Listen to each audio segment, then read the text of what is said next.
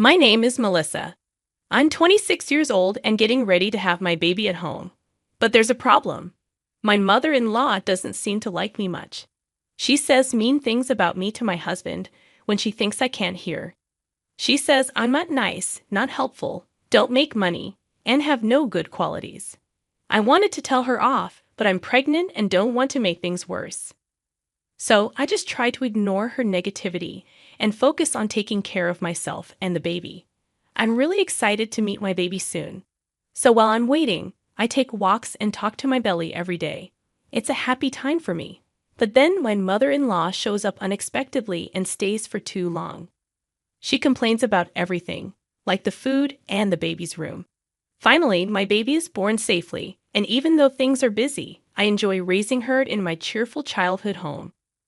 I tell my husband that I'll be back at his place next weekend, but secretly, I wish I could stay home a little longer. I wonder how long I can rely on others, especially since my husband isn't interested in doing housework. I thought to myself. Holding my sleeping baby Lisa in my arms, I smiled at her. This is going to be your home, Lisa. We need to go back and make it cozy, I whispered. When I arrived at our house with lots of bags, I hoped someone would open the door for me when I rang the bell, but nobody did. I struggled to unlock the door and went inside, only to find nobody there. I had told my husband I'd be back by now. As I walked into the living room, I was shocked by what I saw. What? What happened here? The room was a complete mess, with stuff scattered everywhere. It wasn't just untidy. It looked like someone had deliberately made a mess. Was it a break-in? Terrified, I ran out of the house. Hello, police. I just got back from having my baby, and my house is a disaster, I said shakily into the phone, while my peacefully sleeping baby began to cry, adding to my panic. A neighbor passing by noticed our distress and kindly invited us to rest at their house. They helped me calm down from the shock and fear. After giving my daughter some milk, she fell back asleep. Soon, we heard police sirens, and I went back to my house with the neighbor by my side. The front door was still locked. I was too scared to go in after seeing the living room, so I hadn't checked the other rooms. When I explained this to the police, they commended me for being cautious. They explained that encountering a burglar can be dangerous, so it's safer to stay outside and wait for them to arrive. I hadn't thought about that in my rush, but the idea scared me now. As I finished explaining, a voice full of uncertainty spoke up. What's going on? Why are the police here? It was my mother-in-law. It's a bad situation, mother-in-law. Our house has been ransacked, and we suspect it was a burglary. The police are here to investigate. I explained before she could interrupt. I felt a sharp sting on my cheek as my mother-in-law slapped me hard. My vision blurred from the shock, and amidst the chaos of neighbors and police, I instinctively held my sore cheek. My mother-in-law's face was flushed red with anger as she yelled at me, accusing me of being shameless for calling the police about a burglary. I was stunned, unable to understand why she was so furious, especially with the pain in my cheek throbbing. A neighbor tried to intervene, explaining that calling the police was the right thing to do and it's their job to investigate, but she wouldn't listen. She went on to scold me for leaving my husband alone and going back to my parents' house during childbirth. She said I was useless if I wasn't at home doing housework. And now, she was upset that I had caused a scene by calling the police. Even though everyone around tried to reason with her and tell her it wasn't my fault, she wouldn't listen. As I tried to make sense of it all, I realized something strange. Despite our house possibly being burgled, she didn't seem concerned about any losses. And even though it was the first time she was meeting her grandchild, she didn't show any interest. Why? Everyone around me didn't seem to agree with what I was saying. That's not the point. How can you accuse me without even saying sorry? My mother-in-law completely ignored my question, sticking to her argument. Mom, what's happening? Brian, my husband, interrupted the argument, appearing quite calm. Brian, listen to this. It's awful. My mother-in-law's face lit up with delight at the sight of her beloved son. Melissa apparently called the police. Huh. Why? She's been going on about a burglary, but that's impossible. Brian, Please tell her to stop being so ridiculous, my mother-in-law insisted. Is that true? Melissa, maybe you got it wrong about the burglary. It's bothering the neighbors, you know? And the police have other things to deal with, so let's send them away soon. Brian said, trying to calm things down. What? I was shocked, but for a different reason this time. Not only was my mother-in-law against me, but now my husband, Brian, seemed to be too. I couldn't believe he would say something like that. Wait, Brian, our house isn't just messy. The police are still investigating. We don't know for sure if it was a burglary yet, but something is definitely off about the state of the house. We're about to check if anything's missing and file a report. No, absolutely not. Brian interrupted me with a raised voice. But why? The conversation was becoming more confusing by the moment. I felt lost, and tears began to fill my eyes. I came back here, and nobody was here, and the room was a mess. I didn't know what happened, and I was scared. Unable to hold back my sobs, I found comfort in the embrace of a neighbor, their warmth making me cry even more. Yet in front of me, both my mother-in-law and husband seemed irritated and simply stared at me. Why? Why won't you understand? My heartache seemed to affect my daughter too, as she woke up crying. This only seemed to annoy my mother-in-law and husband even further. With the kindness of the neighbors and the concerned look of the police, I ended up spending the night at a neighbor's house. Stolen things? I don't know. Melissa's just overreacting. Let's go inside, my mother-in-law said, while my husband added, yeah, Melissa, calm down. They didn't seem to care about the mess and quickly went inside after the police finished their investigation. I didn't think he was like that, I thought, standing in front of the closed door, recalling my husband's words. My mom still treats me like a child, and it's annoying. I usually just go along with her to avoid conflict, but it's really a hassle.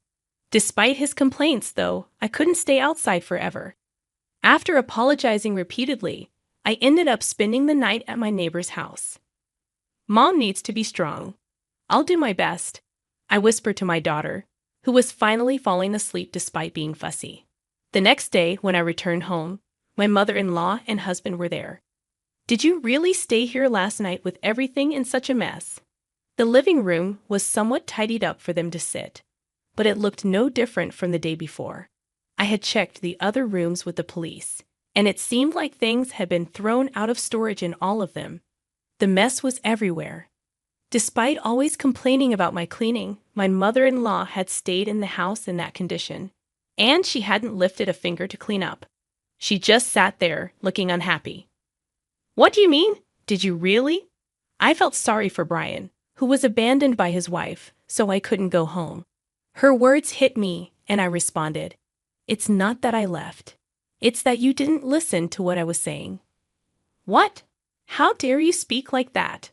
My mother-in-law's face quickly turned angry. Brian jumped in and stopped making a big deal out of the burglary. Have you calmed down now? He said it in a way that irritated me, and something inside me snapped. You're right. It's not like we were burgled, huh? I was surprised by how calm my voice sounded. But Brian didn't react to my anger. He just smirked a little. Finally realized it, huh? Yeah, you were overreacting about the burglary. Anyway, start cleaning up, Brian said as if it was someone else's problem. And my mother-in-law looked smug. Cleaning and taking care of the house are a wife's duties, aren't they? My mother-in-law said this in a sickeningly sweet tone, as if talking to a pet. What? I'm not cleaning up. It's your mess, so you should clean it, I said, feeling belittled by them. What? How dare you? As expected, they didn't like my response. You're such a terrible wife. Get to work. My mother-in-law snapped at me, clearly annoyed. What a hassle, my husband grumbled in agreement. I handed them the divorce papers I had prepared and filled out first thing in the morning. I want a divorce, I said firmly. My husband blinked, looking surprised. That's right. I want a divorce right now, I declared firmly.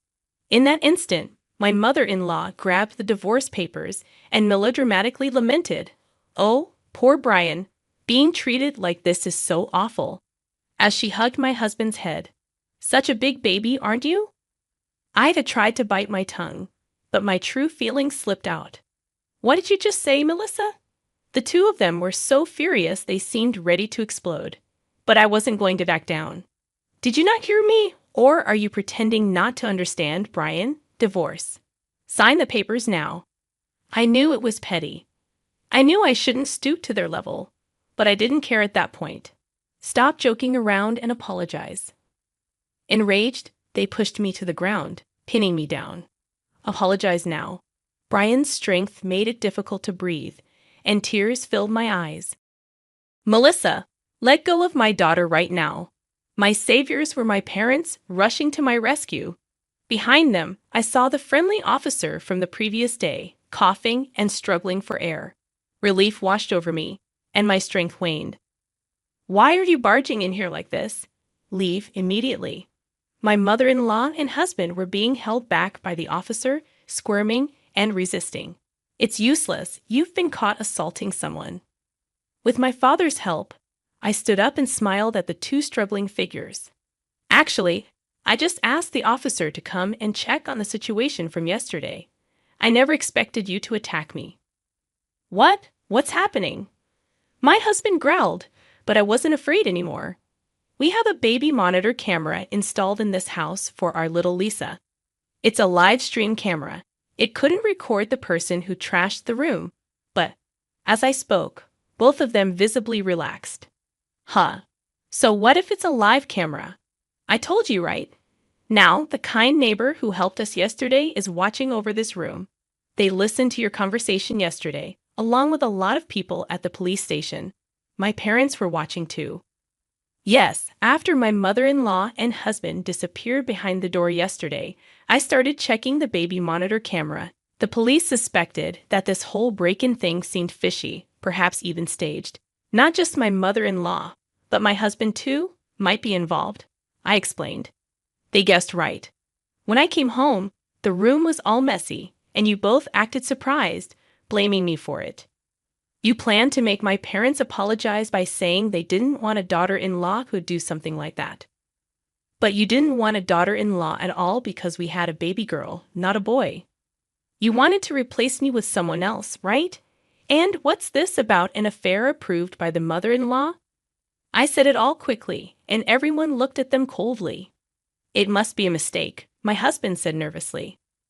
No way. I would never cheat. Melissa. Do you still have more to say? This nonsense. Stop. My mother-in-law, who forgot herself for a moment and got angry, wasn't forgiven by the others. I also refused to accept being judged on such an unfair basis. I don't want a family that doesn't care about how our baby is doing. It's not right that our neighbor, who's been looking after her, shows more love than my own family since I arrived today. I'm going back to my parents' house. And yes, I'll file for divorce and fight for custody of our daughter. It seems that's what you all wanted. No, wait a minute, not to the police station. I don't want to go. Let go, I don't want to. Both of them caused a scene as the police took them away. Afterward, my mother-in-law and husband became infamous in the neighborhood, and not in a good way.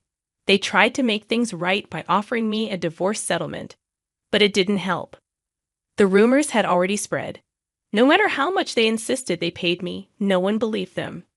I returned to my parents' house and am raising my daughter with their help. Through a friend's recommendation, I found a job nearby. It's not easy, and I have my worries, but when I see my daughter's smiling face, I feel determined to do my best. I'll work hard to raise Lisa well, making sure she doesn't turn out like her father.